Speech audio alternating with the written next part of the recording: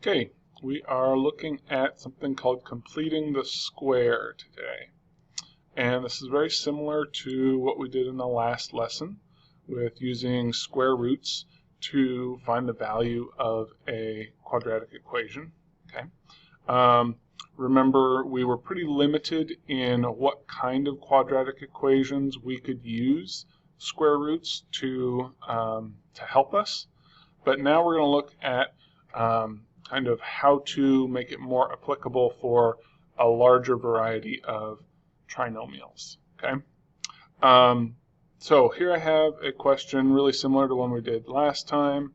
I've got the square of a binomial equal to a value. I take the square root of both sides, square root. I get my single binomial with the positive or negative root. Okay, so x minus 3 is equal to positive or negative 4. I go into my two cases. All right, I simplify, right? I isolate x, and I find that my zeros are x equals 7 and x equals negative 1. Okay, not too big of a deal. Hopefully you're solid on that. But it is important to look at what this actually is, this x minus 3. You know, this is factored already into our two binomials.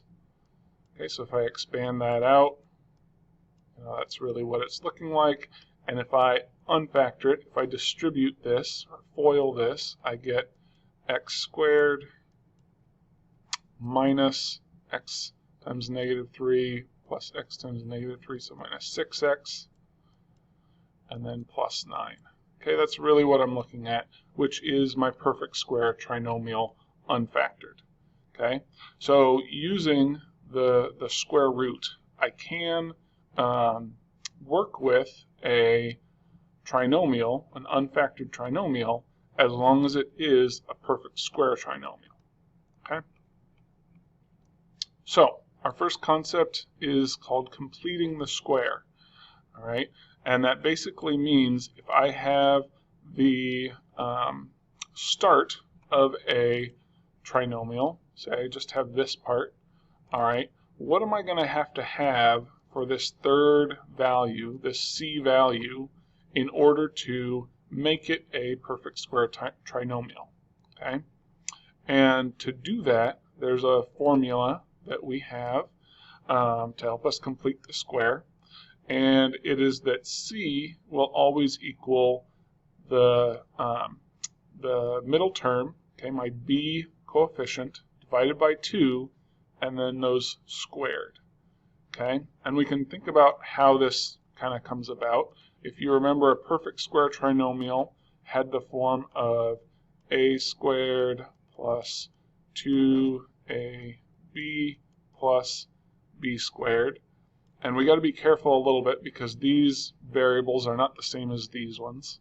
Okay, but if we're looking at that, 2ab, all right, this a squared would be my x squared, so I can kind of forget about that a. Really, I've got 2b in the middle, and then b squared over here.